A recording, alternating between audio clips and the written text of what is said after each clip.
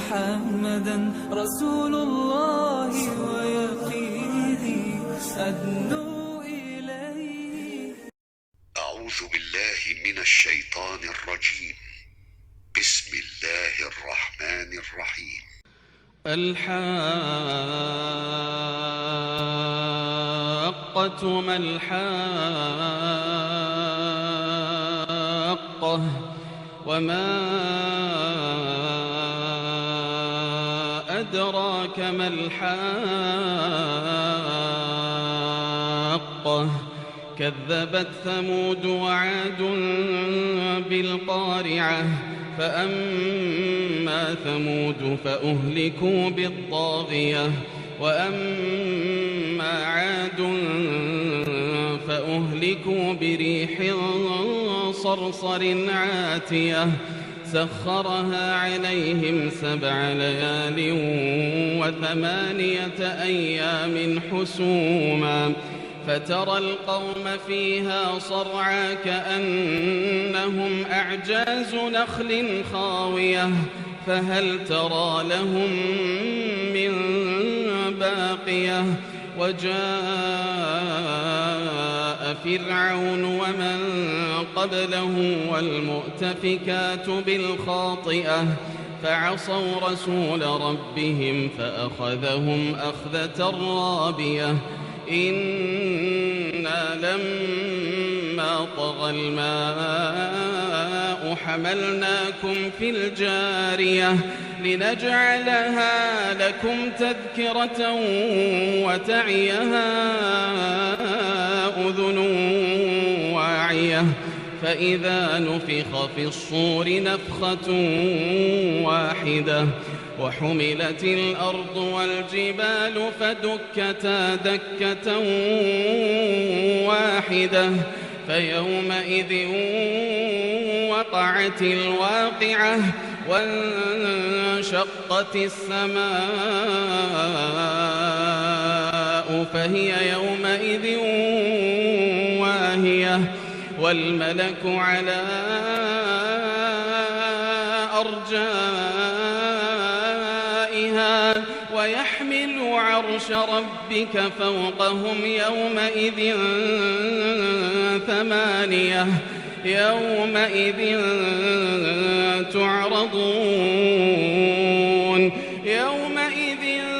تعرضون لا تخفى منكم خافية فأما من أوتي كتابه بيمينه فيقول هاؤم اقرءوا كتابيه إني ظننت أني ملاق حسابيه فهو في عيشة راضية في جنة عالية قطوفها دانية كلوا واشربوا هنيئا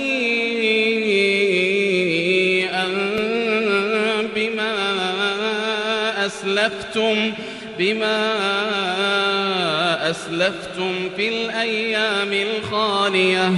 وأما من أوتي كتابه بشماله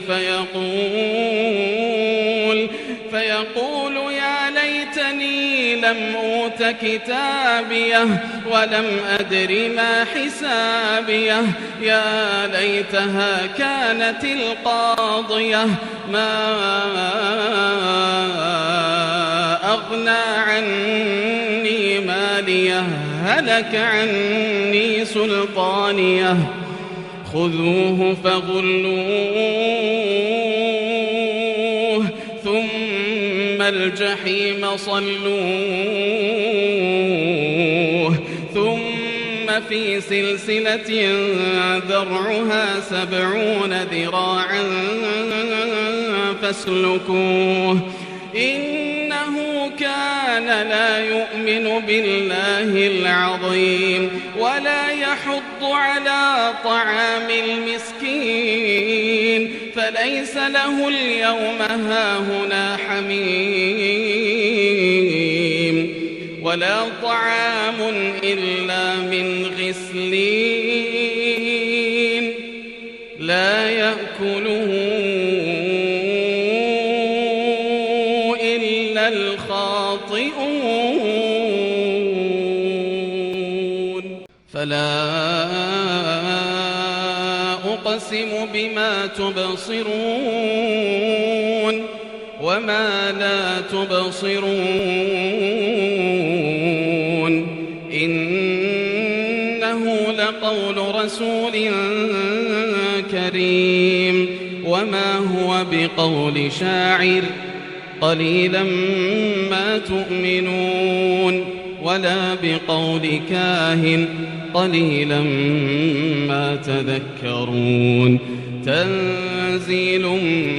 من رب العالمين ولو تقول علينا بعض الأقاويل لأخذنا منه باليمين ثم لقطعنا منه الوتين فما منكم من أحد عنه حاجزين وإنه لتذكرة للمتقين وإنا لنعلم أن منكم مكذبين وإنه لحسرة على الكافرين وإنه لحق اليقين فسبح باسم ربك العظيم